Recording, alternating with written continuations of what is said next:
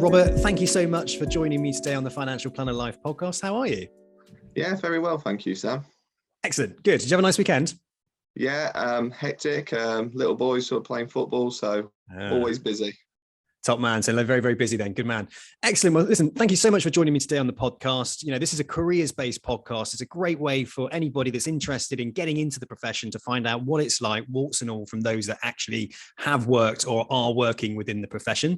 And you yourself, you know, you've worked for banks, you've worked for self-employed, you're now co-director of Cotswold Financial Planning. So you've been on a journey, you know, you've got a journey and you've got a story to tell. And part of that also is being the education and outreach ambassador, isn't it? At the Personal Finance Society. So you've got a good understanding, a good grasp of the profession. So fingers crossed, you should be able to teach us a thing or two. Hopefully. It's been a bit of a whirlwind 16, 17 years. So fingers crossed. It goes really quickly as well, 16, 17 years, doesn't it? It does. I can't remember being that young 20-year-old in the bank again. Well, funny enough. Okay, well, let's tell us a little bit about your career then. How did you get into the profession? I always like to start there. So tell us a little bit about your career journey. Yeah, so Sam, basically I started at banking. So I started at Bradford and Bingley as a cashier. My journey to that role, I left sort of my college. I went to sixth form, got some A levels, not probably as well as I would have liked to have done.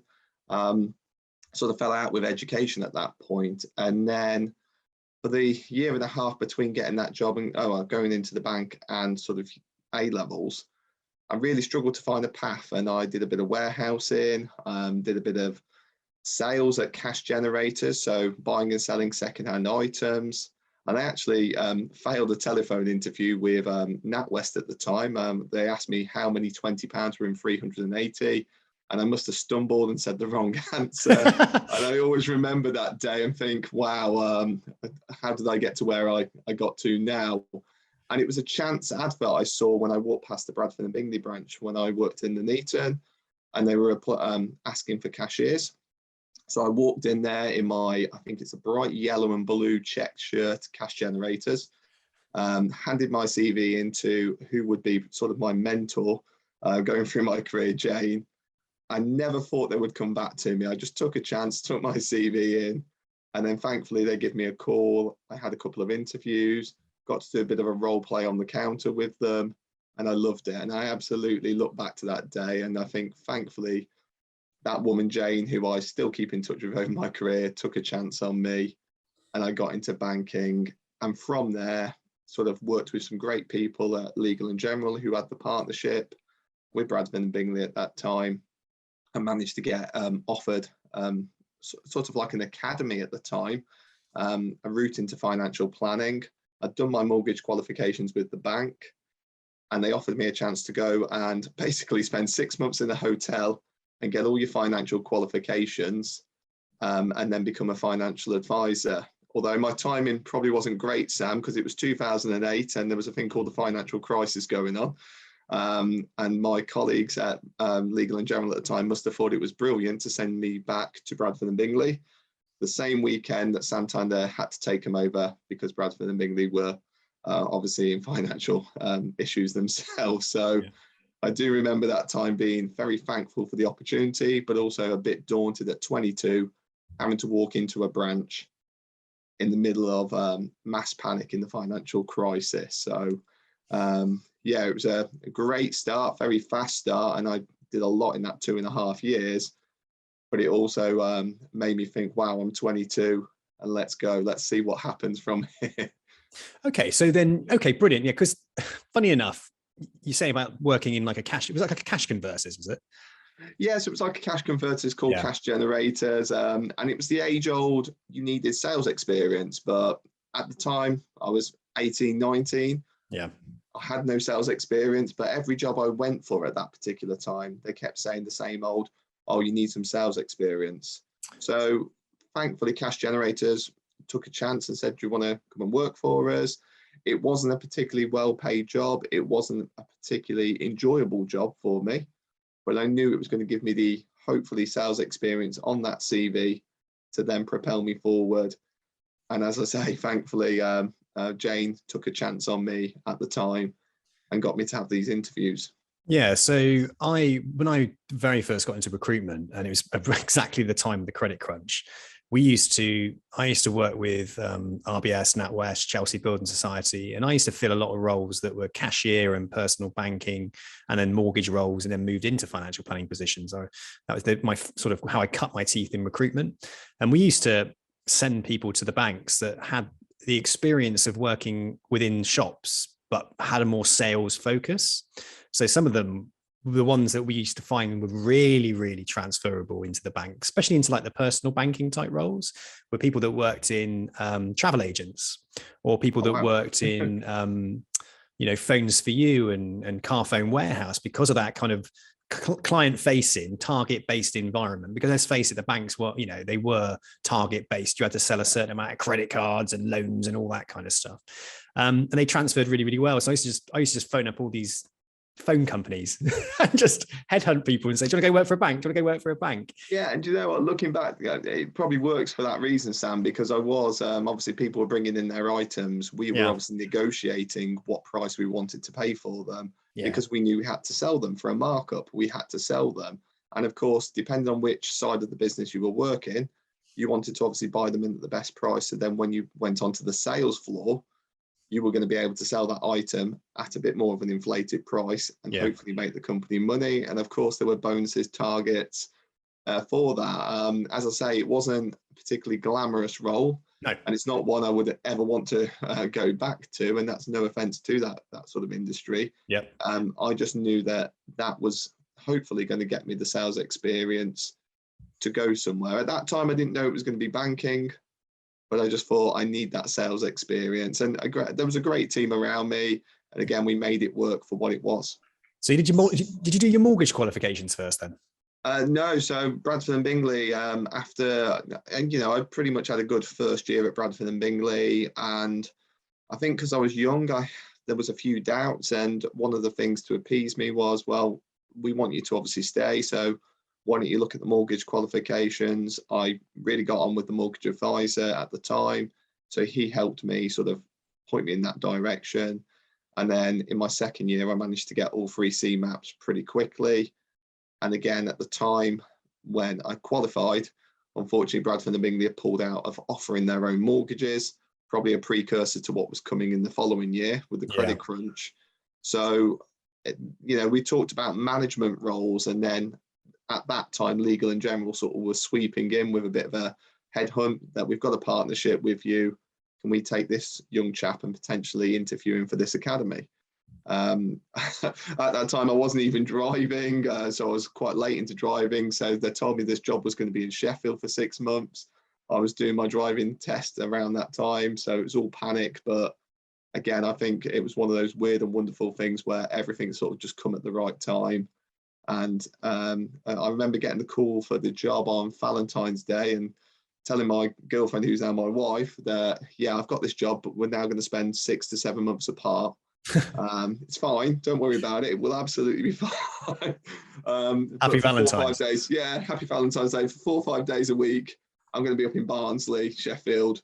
I'll come back at the weekend. It'll be absolutely fine. And obviously history has told us it's fine. We're still together and we're happily married. So happy days, happy days. It was meant to be. So, okay, so you got your qualifications, did your mortgage, they weren't doing any mortgages, but you moved into financial planning. So at what stage did you move into financial planning? That was at Santander, was it? No, so it was, so again, it was within Bradford and Bingley Legal and General. You went off to the academy, you came back into a branch. So yes, it was played to the Santander partnership with Legal and General, but you worked for Legal and General in what was known as their employed sales force, which is the words in the industry today make you laugh. Employed sales force, that's what we were called. And my 2 branches were Banbury and Bicester. So again, I had quite a commute from where I live in North Warwickshire. And you were sort of on borrowed time because you knew that partnership was not going to last forever, because Santander had their own advice arm. Why would they want to work with Legal and General long term? So you sort of made the most of it. You enjoyed the job. I looked at it as this is the start of my career. I've got to do well. I've got to try and impress these clients. I'm a 22-year-old fresh-faced advisor who's now got to build up trust with clients that are probably in their 50s, 60s in their retirement planning phase. So I saw that as a great opportunity, and I learned a lot at that time at Legal and General. And again, always made sure I keep in touch with people from those days. John Summerfield, who now heads up, I think it's London Institute of Banking. And there's some great managers that I've spoke to and great advisors that I still keep in touch with. But that job came to an end because of the contract with Santander, and I jumped ship. I went to AXA, and I didn't do particularly well there. Had a year there, and it just almost paid me a wage. And I tried to get the feel for it as I had with Bradford and Bingley and Legal and General, and it just never quite was the same. And then thankfully Santander came back knocking. The lady Jane, she's going to get mentioned a lot in this conversation this morning. Jane Marston got in touch with me and said, would you consider coming to Santander? And, you know, I said, yeah, let's have a conversation. And yeah, so kind of went back to the same setup, because it was the same team, just labelled Santander, and became a Santander financial advisor at that stage. Great, lovely. So decent experience in the bank assurance side then. That's where you cut your teeth. It's a shame really that there isn't that route available for people to come from cash converters. No, and you know what, that is the shame, because I do think it's important for us to find people, not, you know, there's a lot of people that didn't go to university within this industry who I think are fantastic advisors. And my worry is we haven't quite got that banking route, which would be the traditional way into the industry. Obviously banks don't get the footfall, don't have the service that they used to have, certainly bank assurance. So it is an interesting, how do people get that same experience that I got, and how can we do that? You know, the travel agents that could become financial advisors, how do we do that going forward? It would be interesting to talk about that in a little bit of time, actually. So you moved from banking into the IFA world, didn't you? So when did that happen, and what was that like? Yeah, so again, as the industry sort of progressed, and I've seen a lot of change in the 16 years, of course, we went from just the CF exam, so the certificate level, to diploma. And at that time, Santander, like everyone, were cutting back and were heavily rumoured, and it became reality shortly after I left, that the financial services arm was going to sort of be scaled back, and job losses were going to happen, or you're going to be redistributed somewhere else in the banking chain. And of course, you've just had a couple of years experience, you've had a great time at Santander at this time, you want to go on again and you want to see what you can do. And I went IFA, I took a gamble, had some savings, didn't have children at this point, Sam, so probably why I did it at that age. And I thought, let's take a gamble, I'm good at my job, hopefully clients will come to me naturally. And it didn't quite work out for me. You say you took a gamble, you went self-employed or you went employed, or I went self-employed. I went completely self-employed with no backing and probably no plan, if I'm honest, no plan, no structure of how I was going to do it. I just had a bit of blind faith that I was good at my job and I could hopefully make it work. And I'd get out there, I'd advertise, I'd get out there, I'd network. And, you know, part of it did work, but part of it failed badly. I trusted people were going to be there to support me. A company said that they were going to provide me a certain amount of leads. I was going to work under them as an appointed rep, and it just didn't work out. And then about halfway through that 1 year of self-employment, I switched to another company who did give me a bit more structure, but effectively I was going back as, it was kind of employed, but they badged you as self-employed and put a lot of pressure on you to do things that you didn't quite want to do, and it felt a bit too, you know, structured and banking for me. So it was a bad time, just really not well thought out and not planned. And thankfully Santander came back knocking for a third time. And I went back as a life insurance advisor, just to get back in. I think it was the one time where mentally it had tested me that, is this the right industry for you? You've gone from earning a nice solid wage at a bank to probably earning half that in that 1 year of self-employment. It can't last forever. We just bought our first house not long before I'd left the bank. And we were obviously thinking about the future and having children and planning. So I knew that perhaps I had to go back into banking and then go again at some point. Thankfully, still very young, although I probably didn't feel it, felt like I'd failed. It really took a toll on me, and I needed to gain some confidence back. So Santander, I went back. I tried desperately to get back into financial planning within the organization. And again, it just didn't work. Spent another year and a half there. And as fate would have it, thankfully started having conversations with the likes of Cotswold, and just found the right people at the right time. I managed to get back face-to-face advising, and thankfully I've been here since. So it's a bit of a journey.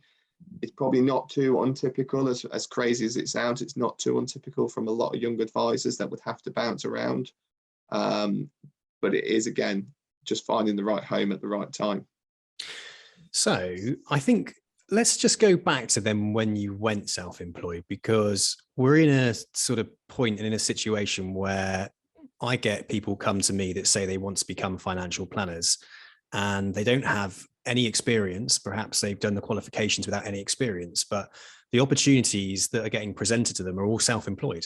There's not that many that will take people on employed, especially if you've come from a profession where perhaps you might have been earning 40, 50 grand a year. You do your qualifications. You say, well, they're crying out for financial planners. I may as well move into that. And you then take a side step into financial planning, and all you're presented with is self-employed options.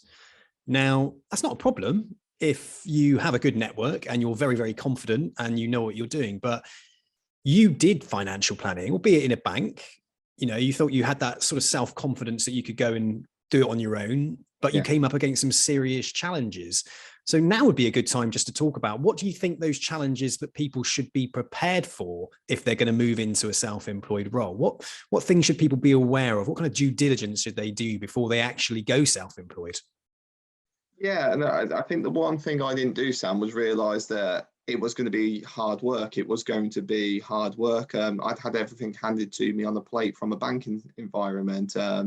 Those banking days, you would see 6 appointments a day, and you would have 20 minutes to eat your lunch because you were that busy. You were writing business, you were being successful. And that was the culture that you'd become embodied in. That's what you were used to. So the reality now, and I laugh about it with some of my ex-banking colleagues today, is the reality now is if you get 5, 6 appointments a week, sometimes it feels like you're really busy at the moment, because they're done in a very different way and you help clients in a very different way. So it's almost, I would say, you've got to know where your clients are coming from and how you're going to use those clients correctly, because that was things that I probably never took time to realize. I had that naive belief that people were going to follow me because I was good at my job. Oh, don't worry, I won't advertise. They'll come and find me. They'll find Robert Boland, the financial advisor. And it doesn't happen. You've got to make yourself presentable. You've got to make yourself known to the public. You've got to go out there and network. But it's finding the right networks, the right communities to network with as well. Again, I did a lot of networking in those days, where you would go to breakfast meetings, but you'd come against 4 or 5 financial advisors at these breakfast meetings. And then it almost became selling the network of breakfast meetings rather than actually promoting your business. So again, it was a lot of wasted opportunity, and you always thought something would come off it, so you carried on, but it didn't work. So again, it's knowing that, is that the right network for me?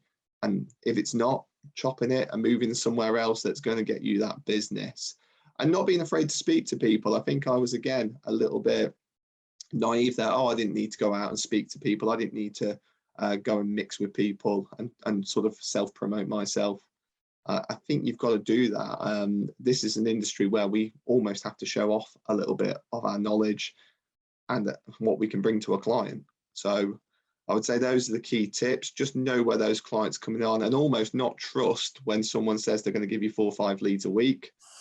Not just solely rely on that. Look elsewhere. I've got some great relationships with accountants, solicitors, referrers that come into me. I don't advertise locally, but I communicate locally, so I get a lot of local leads come to me. And that's what I've learned this time round. And I'm employed this time round, working for my current company, but I still work, in my mind, as a self-employed advisor, trying to feed myself all these leads. and all these opportunities, because I think it's important that you do that. So if you ever do go back self-employed, because again, we know the market is geared on self-employment, you've got that connection, that client base, and hopefully that experience this time round. Again, it was a scary time, and I just probably didn't take it as seriously, or as I didn't do the research in it at 25. Yeah, and I think what you said there about being employed now and treating it like a self-employed role, that is the right way to do it, especially if you're working for a firm that isn't absolutely massive, that has this kind of marketing machine in the background that's churning leads for you to put in your diary and qualify. You know, a bank's done that incredibly well because they have that huge footfall, and it was something that you experienced in your previous role. But the actual at the time, Sam, they were just getting brought into it. That was the difference. They were just getting brought in. They'd be in the banking all 1 minute paying the check in, and all of a sudden being whisked in as almost like some special treatment. Come and see our financial advisor. Of course, you don't do that in the real world. No, and that's the reality, and that is a good reality check for somebody that's thinking about going self-employed. It's like, well, what experience pre going into this self-employed role, what experience have you got of self-generating business?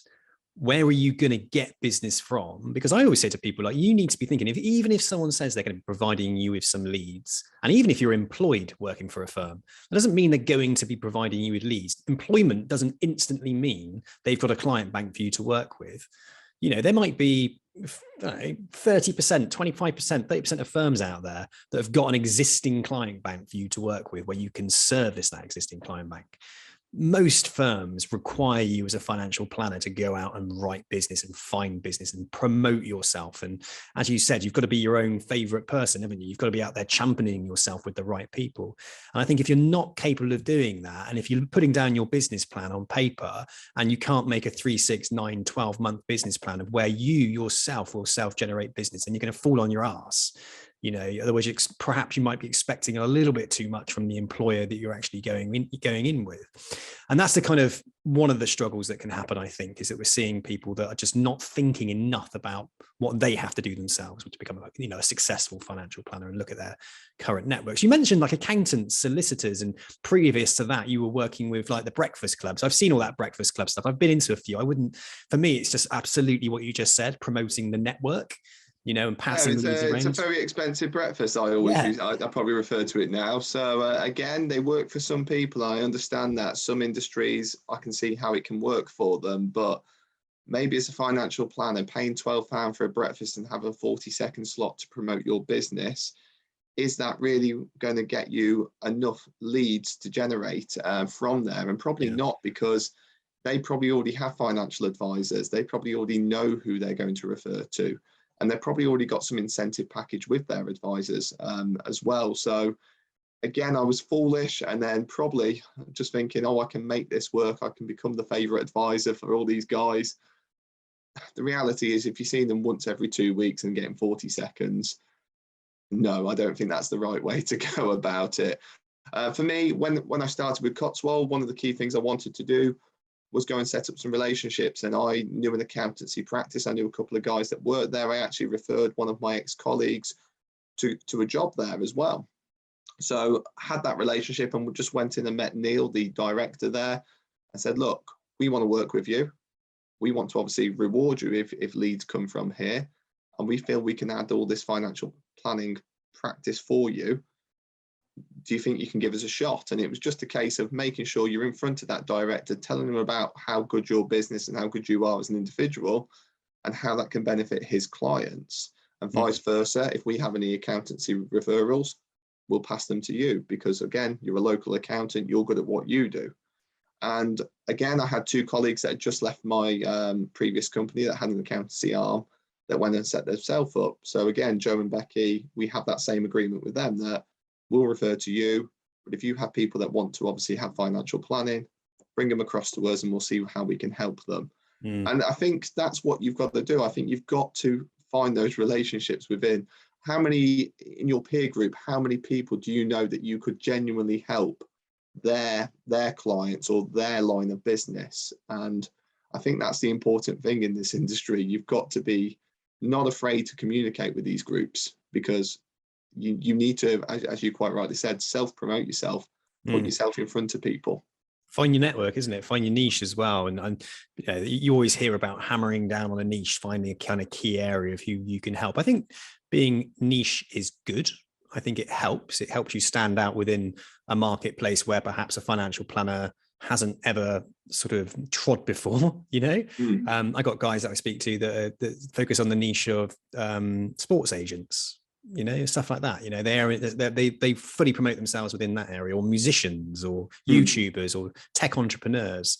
So they're kind of picking an area where they become experts in, so they can kind of articulate their message across a language that is understandable by that audience. But they also know that long term, these people have got money, or long term, they're going to need support, or perhaps it's a market or a niche within the market that isn't getting a financial planner educating them, you know, about what they should and shouldn't be doing with their money. And perhaps, especially around like agents, football agents, etc., where they can earn an acceptable amount of money, they don't particularly probably care too much about their own wealth management. No, and that's the key thing about it. I think that's what we've got to do as an industry. We you know, financial education, as we'll touch on shortly, is important. And I think, again, this is why I do quite a lot of the things I do outside of my normal day-to-day job, because I think we've got to promote this industry more and more. And then you know, we'll find clients easier, but because our names are out there supporting. And then, of course, people hopefully will remember, do you know what, that guy is supporting education in the local area. Why don't we go and talk to him, because we've got pension needs, we've got retirement planning needs, we want to buy our first house. So I think it is important that in a world where we don't have that banking route, we don't have that normal transition from, you know, a retail job into financial planning, we've got to find ways to promote ourselves. And so those youngsters coming in with self-employed opportunities, I would say you've got to get out there and get your name out there and be confident about it. It is daunting. I remember being a 22-year-old advisor in front of my first set of clients. It is daunting. You feel they're looking at you because your age, and what does that person in front of me know? But if you've got the qualifications, if you've got the education background around financial services, you are good enough to give that advice. You are there to give it, and you've just got to be confident that you can do it. I think with a client, I always say, if you don't look confident in what you're doing, they'll know straight away. No, absolutely. They can spot a blagger a miles away, can't you? Absolutely. You know? And I think you've got to, I always feel comfortable in front of a client, whoever I'm talking to. I feel comfortable. I've almost got that knowledge. I've almost got that self-belief that I'm here for a reason in front of that client. I know what I can do, and you know, take it from there. Don't shy away from the client. Don't let the client impose you too much. You're just as qualified, or rightfully qualified, to be in front of that client. If you weren't, you probably wouldn't be in front of the client. I think financial planning as well as a career should be very exciting to somebody who is, you know, 30s, 40s, even 50s, where they've worked for so long in a profession where they've built a really incredible network of people that they could go back to and actually start talking to them about their own financial planning. So I think it really lends itself to, so like new people coming into the profession, they struggle because they don't have relationships. It's a relationship game. You have to have relationships, good, solid, strong relationships that you can leverage off of. And I think when you're younger and you're coming in as a financial planner and I want to be a financial advisor at 22, straight in at financial advice. I mean, you really are quite new in your career and new to the profession, and you're going to be a bit wet behind the ears, and you're going to need some mentoring and support and some guidance. You're going to have to be in that employed role, some leads being put down, meetings to attend, learning. But when somebody's got the skills, the transferable skills of being an advisor, being able to sit down, build trust, and open somebody up and get them to see where they require those financial needs, why your service is so important, I think it's a great sidestep for the profession right now. So like people that work in marketing that have got really great marketing clients, perhaps they've worked in an agency and they know, and they've been dealing with the directors of businesses all across their local area. They know that they've got somebody that they can target, but they've also got some area of expertise and understanding about how those guys actually work. You mentioned there about accountants and solicitors. I mean, it's a very saturated market for financial advisors. You know, if someone's coming in and saying like, oh, go and, you know, make some friends with accountants and solicitors, you're going to get a lot of no's, aren't you, when you're knocking on those doors, because they've already got those solid relationships in place with an advisor, perhaps they've used for quite some time. So I think that outside of the box thinking about generating clients, I'm seeing that more and more and more now. And I think you have to. And again, in the local football team. So again, I manage my son's football team. They know I'm a financial advisor. And again, I'm a member of a local running club. They know I'm a financial advisor. there's 200 members in that running club. So again, I get a lot of questions off members of that running club about where I can support them and potentially help them. And I think it is making sure, I think sometimes, Sam, we don't think our career and our jobs are that exciting. And I think, that can come down to, we think no one wants to know about us, but why wouldn't they? We can help them. We can unlock that door in their planning. So talk about what we do. And I always do. And I suppose I bore my family and friends with it, because at some point, I hope someone's going to get through to someone and they'll come to me for some advice. It's always had a bit of a bad rap, financial services, isn't it? That's the problem. Yeah, no, I do think we've got to change that, and I think we can change that with this more positive approach and this more, let's talk about the industry, rather than almost shy away and think, oh, we're a financial advisor, let's not mention that. Yeah. As I say, I openly tell all my friends and family all about what I want to tell them, because I think it's important. Also, just talking about some of the things that people are actually worried about, because average Joe Blocks doesn't, they don't spend their time head down in books learning about financial planning. They're doing their jobs and living their lives. But it's quite interesting, because some of the things that I worried about before I spoke to a financial planner, kept me awake at night. But to a financial planner, it was just like, hey, don't worry about it. Let's build a plan. And then as soon as you got the plan down, you're like, oh wow, Jesus, as simple as that. And I think being able to promote what it is that you do in respect of peace of mind and well-being around finances, if you can make somebody happy in that respect, they're only going to turn around and say, you've got to see this guy. Like, I know a guy or I know a girl, they're going to sort you out. So that promotion through referral is a really valuable thing. You are obviously an education outreach ambassador as well. So we're talking about promoting the profession in a different way.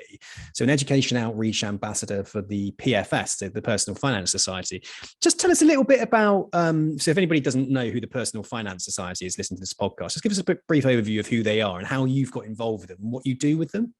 Yeah, so the Personal Finance Society is an arm of the Chartered Insurance Institute. It's obviously geared for financial planning professionals, and it's a great sort of resource for qualifications, a great resource for networking, obviously the continuing professional development material that we have to go through. And as part of that support, there is a lot of pro bono initiatives out there, such as the education outreach, the My Forces Money Plan. So again, we work with obviously the armed forces as well.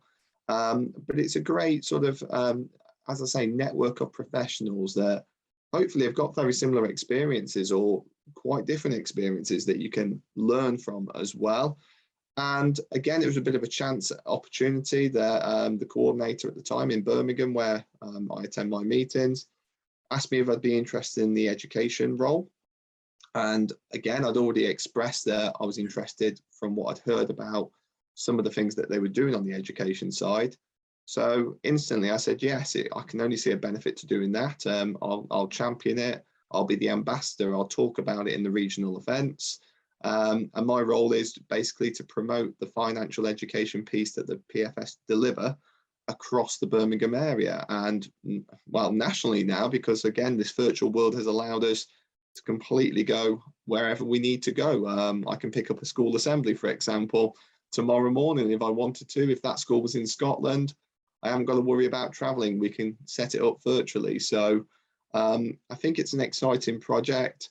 But importantly, why I got involved was because I want to give something back. I think it's important, even though I'm early in my career, you want to give something back. The opportunities are closing in the traditional manner. So let's talk about education. Now, you mentioned YouTube earlier. You mentioned some of these newer ways younger people make money. So I think younger people probably have more money available to them than perhaps ever before.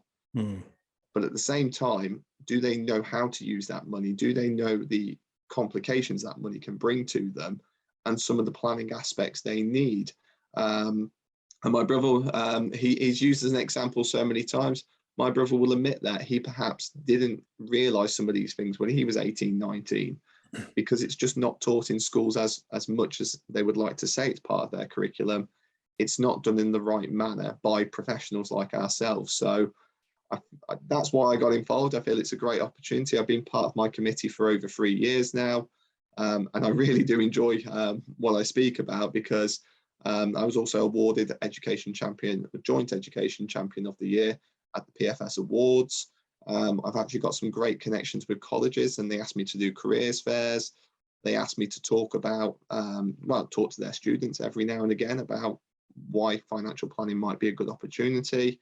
And they've asked me to help shape their curriculum at times as well, to try and find the skills that are needed for financial planning in the future as well, and how they can change their curriculum. So again, I think I've always said it, if you want to change things, you've got to be involved in that process. We can't just sit there and say, oh, it'll never change, education won't get into the curriculum. We have an opportunity to put it into the curriculum, or put it somewhere in that learning process. So I think it's a fantastic thing that the PFS do. Long may it continue, and hopefully it will continue to grow and grow. There's a great team at the PFS that organise this. And again, I'm just like one of many of the volunteers out there that deliver these sessions. Oh, good. Excellent. So being passionate about educating people around finance, but also around the career of a financial advisor as well. When you're in those schools and you're sitting down with, say, the younger next generation, are they quite surprised as to what it is a financial planner actually does? I think, yeah, very much so. I think, again, there's probably no perception of what we do. And that's the interesting point again.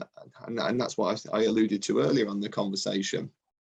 Do people realise what financial planners do? Do people realise why it's important to go to a financial planner? And I think these sessions open up a lot. One of the sessions we do is Staying Safe with Scams. That is probably the best received session that we deliver, because all of a sudden people are being made aware of why these text messages, emails, all of these things are actually scams, and why they should be safe. And again, why someone like me would be talking about it to them, and why I'm trying to protect them from that. We also do one called My Future Finances, which focuses on that next step from college and university to getting that first job, how you're going to budget for it, the lifestyle you want to live. And actually, it's quite funny because we put I think section C is the sports car, the mansion, the shopping bags, all the luxury items. And people, of course, always go for that lifestyle. And then we tell them how much they might have to earn and what type of jobs they might need to do that. And it's such an eye-opener for the children, the students, and even some of the teachers take a lot from these sessions. And again, I think we've got a great program of workshops to deliver. We can do assemblies. We can now do it virtually as well, which I think, if you're going to take a positive out of the pandemic, the fact that we've been able to go into schools virtually. I did one last Thursday. I was beamed across 3 different classrooms at that school for a 30-minute assembly. That's cool. And I think that's a great opportunity that we now can hopefully build on. Of course, we want to get back there face-to-face, because the delivery is far better face-to-face, because you get the human interaction. But if we can get there virtually, it's even better that we can reach more schools and colleges. Great. So you are now obviously one of the co-directors there at Cotswold Independent Financial Services. And you mentioned something just a couple of minutes before about, you've been doing this position, you've been working in financial planning for like 16 years nearly. Yeah. And you feel like you're just starting to kind of get it. Would you say that does that come from working here, or, explain that? Because I think someone listening who might be thinking, like, well, in a couple of years' time, I'm, 2 years into my career, I'll be doing this, and is there a reality check needed that it does take some time to really find your feet in the profession? Yeah, I'm quite a big believer in it. And I did start when I was young. So I started when I was 20. So I suppose I still view maybe another 25, 30 years of work in me anyway. So I still feel it's a young sort of turning point for me. And certainly since I joined Cotswold, I perhaps see a little bit more clarity. I've gained my chartered status while I've been at Cotswold. I'm also a fellow of the Personal Finance Society as well. So I almost see a bit of a turning point there. It's almost, if you like, it was my apprenticeship, the early years. Obviously, that time in the banking industry, bank assurance, that little bit of self-employment that I did. I see that as my learning piece. And then obviously once I got to probably when I turned 30, I just see that as a bit of a turning point of saying, right now, this is what I want to do. This is what I want to achieve. I do want to run my own company one day. I do want to obviously change the face of advice in the way that I can change it. I want to make it more modern. I want to make it a little bit more appealing to younger people. And how can I do that? So I do still feel I'm early in my career. Yeah, 16 years might not feel that you should be early in a career, but I still think there's a lot more to come and a lot more that we can achieve. Well, I've been running a recruitment company for 13 years, and it's only in the last couple of years that I feel like I've evolved. You evolve constantly throughout your career, don't you? You're always Yeah. constantly evolving. And I think moving in, where I am now is nowhere near where I was like 10 years ago. I've just been evolving as a business owner and understanding all the different hats and things you've got to do to run a business. But now it's like, yeah, well, I'm like 40 years old and I really pumped for like my 40s, and where it's going to take me with this business. But it takes time to build it up, doesn't it? Yeah, I remember, do you know what? It always sounds strange when I say it now. I remember after that bit of time when I was self-employed and when I went back as a protection advisor, I went back to a bank that I was sort of in a higher position into a lower position. And I kind of thought, maybe this isn't the industry. I did have those thoughts. Maybe this isn't the industry. Maybe this is not what I want to do. And again, it was finding the right people at the right time that helped me get there. So I do often look back, and I don't look back at my early years in any discredit. I just know I'm a stronger, more capable advisor and also a much more knowledgeable advisor from the experience I've got. For example, I started in the financial crisis, and then when COVID hit, I knew how to react to my clients far better because of that, because I went straight back to that financial crisis, being that young advisor with all the issues we had with clients at that particular time, and sort of thought, well, how are we going to react if clients do react in that same manner? How can we educate them? How can we make sure clients feel more comfortable this time round? So I think it's always nice to look back on your earlier part of career. But as I say, I do think I've probably evolved in the last 5 to 6 years of this career to know that the next 20, 30, there's still a lot more that I want to achieve. So Cotswold Independent Financial Services, I mean, you've been there 4.5 years. It's probably the bigger chunk apart from Santander, where you work for more of an independent in the open world of financial planning. What are the things that Cotswold do for you or have done for you, or what have you experienced there that makes it feel like a really comfortable, better, top level financial planning firm to work for? I think I went back to that conversation we had about being prepared when I was self-employed, and it was a bit of a strange one when we started having conversations, me and the two directors, Stu and Matt. I wasn't initially in the position where I wanted to leave my previous employer. It was a bit of a chance conversation. Do you want to come and talk to us? Do you want to have a chat with us? And I was doing telephony advice at the time, so I was always eager to get back to face-to-face advice. I was hoping I could change the perception of my previous company to let that happen. But I think it became more and more clear that that wasn't going to happen. And I think this is the only time I probably met two directors 4 to 5 times before signing a contract, basically. There was a lot of meetings between us because I wanted to know, number one, do they match the ambition I have? And am I going to be a perfect fit for them? Because there's no point just jumping ship for the sake of it. We want to work together. Let's see how we can do it. And what I like about Cotswolds, we're very traditional in the fact that we want to see clients face to face. We want to be there personally with the clients because we know the impact and the value that adds to the client base. But we also know modernisation has to come in, and we know we've got to improve things to make sure we can be as good as our competitors. What I think we do very well is we are independent.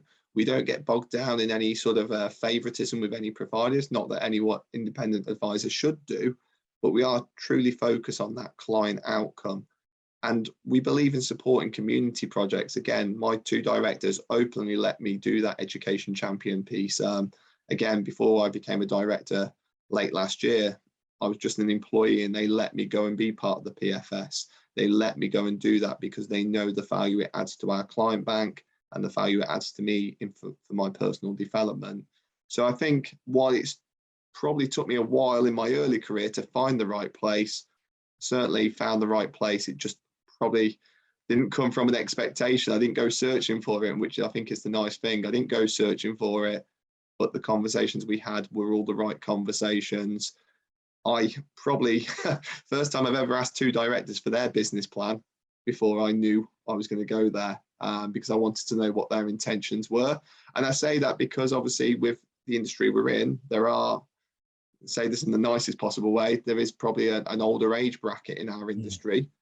And one of our directors is, Matt won't mind me saying this, one of our directors is of that sort of age where you think, well, what are your long-term intentions here? What are you going to do when it comes to the end of your career?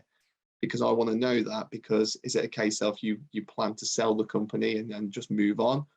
Or would it be something you'd be interested in looking at working with me so I can take the company on going forward? And, openly, that is the long-term plan. And again, we're at that start of that phase now. And that's probably, again, where I get the mentality of this is early career, because my long-term career ambitions are there. So when you join a firm, like for yourself, I like what you said there, it's the first time you've ever asked a company to actually provide you with a business plan. So some would find that in your situation would feel uncomfortable, perhaps asking for a plan and, a business plan from the directors that are looking to hire that person. So why was that important to you? Just to kind of reiterate that, why was it important that they had a strong business plan? I think if you look at my early career, and certainly if anyone was to look at my CV, and you can see it on LinkedIn, for example, there was, even though I worked for Santander on 3 occasions, and probably, again, large chunk of my life was at Santander, it was 3 different occasions that I worked there. And I always felt I was going somewhere, having 2 years, it not quite meeting my ambition, but it also, the role was never going to sort of fulfill me. And I don't think I could fulfill the company long term.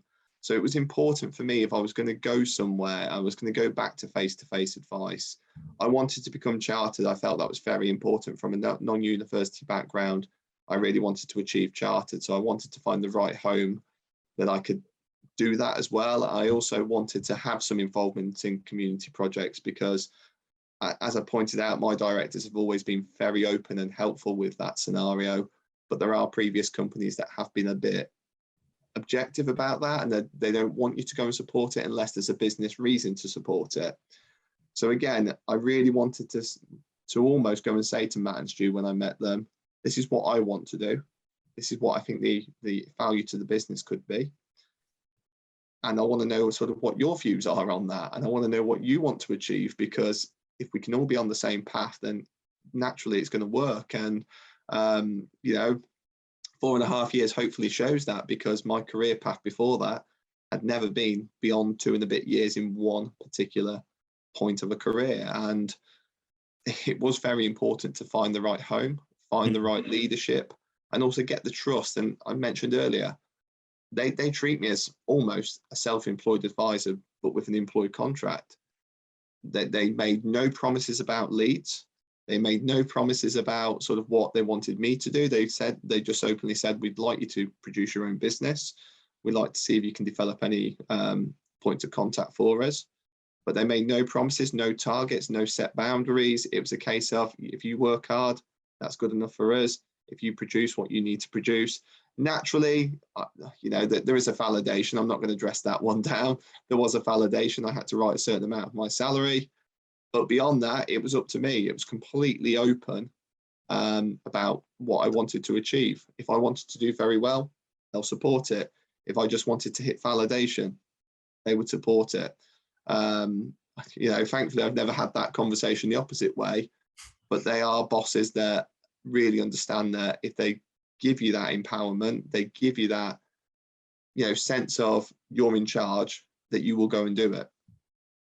Nice. Yeah, I like that. And also they're setting those clear expectations as well. It's for you going into something. It's not like, oh, brilliant, I've got a job and they're paying me this much money and that's it.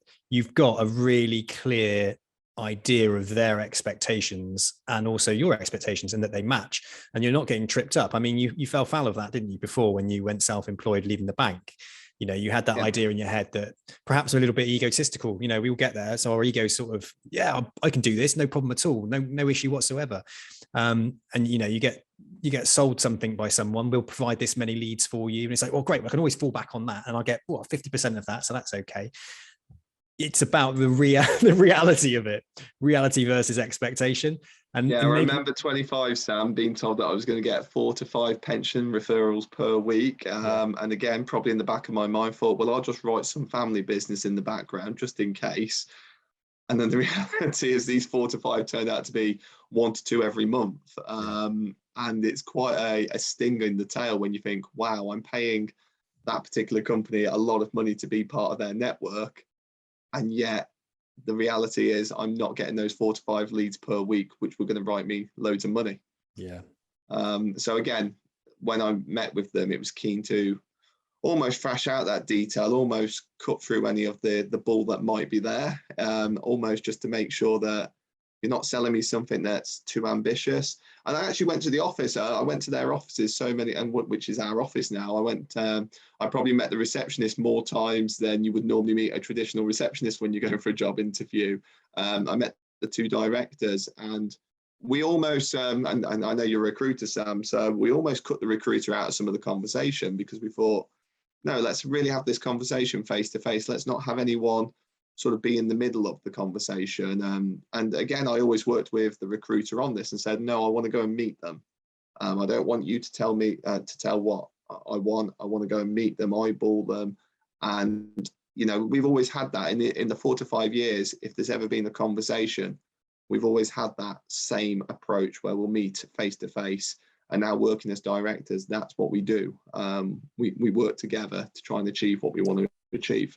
I think it's the best thing you can do is to cut out the recruiter.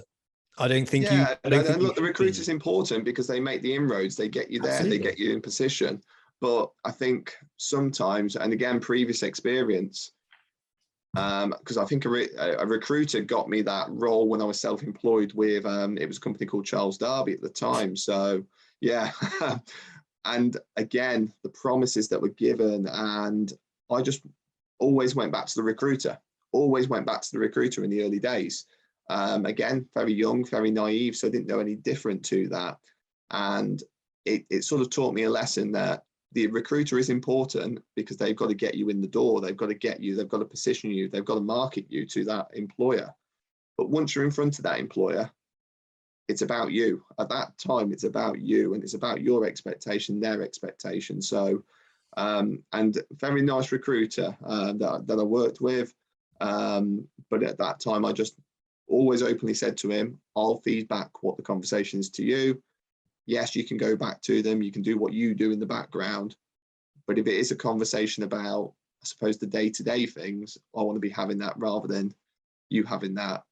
Financials, contracts, yeah, recruiters, that's that's where they can add value. They can obviously position you. But I think, importantly, the day-to-day and the expectations and the objectives of the role, I think you are better to go face-to-face. Absolutely. And always use a recruiter as a bit of a sounding board, really, a place where you can go to and say, look, they've said this to me. What do you think? You know, and if their recruiter's worth their weight, then they'll give you an honest answer. The issue you always have when you come up against using a recruitment consultant is if that recruitment consultant has only put you forward to that role, then they're going to tell you it's the be all and end all. Now you need to have your own opinion of that company. And that's the important thing. So cutting that recruiter out and having that conversation is so, so important. And it's something I've always done. I always bring them together. And sometimes I've even sat in on, I sit in on interviews because I can see that one of them wants to ask a question and they haven't got the confidence to ask it, or they don't know how to position the question. And I'll just cut in and just say, right, well, you know, such and such is incredibly interested in marketing. That database to me is set up for marketing. Tell us a bit more about that. And like really digging on the things that they perhaps wouldn't want to actually talk about. And it becomes handy in that way. But otherwise, no, you guys should get together, thrash it out. And there shouldn't be a middleman. It's a bit old school, that is. Yeah, no, and again, I was keen on that. And as I say, we, you know, thankfully have worked really well together in the 4 to 5 years. Very privileged. When I become chartered, when I become fellow, Matt and Stu were very quick to react to that and make sure that I was happy to continue with them. And it was never in my thought process to go elsewhere. Don't get me wrong, obviously recruiters have been in touch since those days, but I always knew my future really was within the objectives we set out. And I actually look back, I did a PowerPoint or a spreadsheet, sort of business plan that I took with me to my initial interviews with Stu and Matt. And you know, some of those we've ticked off. We have ticked off what the expectations were in year one, right, in business, getting my chartered status, then working towards being part of the business at some stage. So it's quite pleasing. And I have to say, I've got 2 fantastic directors there. I've never worked with anything of the like in the industry before, because they give you the confidence to just go and do what you need to do. They know it's good for them. They'll support you. and they won't question, yes, they might question some of the things that you do, but they won't question it in a negative way about the commercial, the commercial aspect of it. They'll question it to see whether it's actually going to add value to you as an individual, which, we've had conversations, certainly when I joined the PFS, we always wanted to make sure it was going to add value to me individually, but also what we can hope to achieve as a business. You mentioned something before about their being a little bit older than you and thinking about their exit really out of the profession, perhaps, and where you then would fit into that, because there's plenty of small to medium enterprises out there that are in those same positions. And someone who's in their 30s or 40s or whatever, who've got another 30 years of working behind them, it's a way to completely come into a business that can sort of add value to it straight away, because you've got that modern, enthusiastic, energetic approach, whilst they might be coming towards the end of their careers. Not saying they're not energetic about it, but that you can add a different dynamic to it, and it kind of brings it to life a little bit. But also for them, it's a succession plan, isn't it? So it's the ability to kind of continue to kind of grow the business, but having that person who's going to come in through it and help run it. And I think that enthuses those small to medium enterprises no end, and especially when there's a lot of people out there in those, in that 55, 60 age bracket. Yeah, and it was quite key to do that. And again, obviously, this still may be a long term, and obviously, there's no enforced sort of age that any of them will retire. No. It's a case of saying that, I still view that I've got 30 odd years left in my career. That would take me to my mid 60s. And it's about then taking that generation on. They have seriously worked hard to build the business to where it is today, and it is very attractive on that basis. And I think, knowing them as well as I do, they want this business to go into the right hands, and they want it to continue as it is. Yes, there'll have to be innovation, there'll have to be changes to what we do. That's like any business. I don't think this business is the same business it was 30 years ago, because it couldn't be. But at the same time, they are very passionate for the business to continue thriving. We've got some exciting plans, obviously a lot of things that are going on behind the scenes that will hopefully come to fruition. And I think, as you say, they're both very excited for the future, but they also know at some point their time may be best to go and obviously enjoy their retirement, go enjoy their planning. And hopefully at that time, we sit down and, naturally, I take more of a active role or take a bigger role in the business. Good man. Excellent.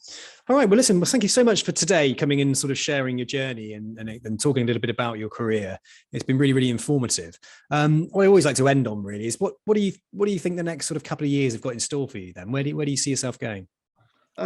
Personally, I just want, I do want to continue working. I think winning that Education Champion of the Year award has now given me a little bit more of a spark. I want to continue working with the local colleges, the local institutes, to see if we can get education more pushed into that curriculum. Obviously, the big win on that would be if the curriculum did something about it. I think there's work to see if we can promote youngsters in financial planning, and I am now shifting my attention to see how I can support the PFS on that, and the wider Chartered Insurance Institute on that, because I do think we need to, as you highlighted there, Sam, we've got to find a way to find those youngsters in sales careers and get them into financial services. University is a great way of doing it, but at the same time, it can't be the only way, because again, those people are likely to have less work experience on the flip side of things. So we've got to try and find that balance. I just want to see youngsters promoted in a better way, financial services. That's my aim over the next 2 years. On the other side, I want our business to continue looking at that. And I know going forward, when we do, because we again have advisors of an age where they might be considering retiring in 5 to 10 years, we need to be then forward thinking about replacing them with young advisors where we can, or bringing trainee advisors in to try and then get them ready for that time and that handover. So that's my views on the next few years. I think we've got a challenging financial service market. I think there's always challenges in there. There's a lot of things to help our client base on. So we need to get people in. We need to make the industry more exciting. Funnily enough, we've been talking about social media and how we use that. We've got to try and make financial services a little bit more appealing to the younger market, because that's who we're aiming for, and that's the future of the industry. Okay, great. Well, listen, thank you so much for all your thoughts today. I really, really appreciate your time. And no problem. Good luck with your career. Thank you very much, and thank you very much for letting me speak today. No problem. Thanks, Robert. Take All care, the Sam. best. Bye bye.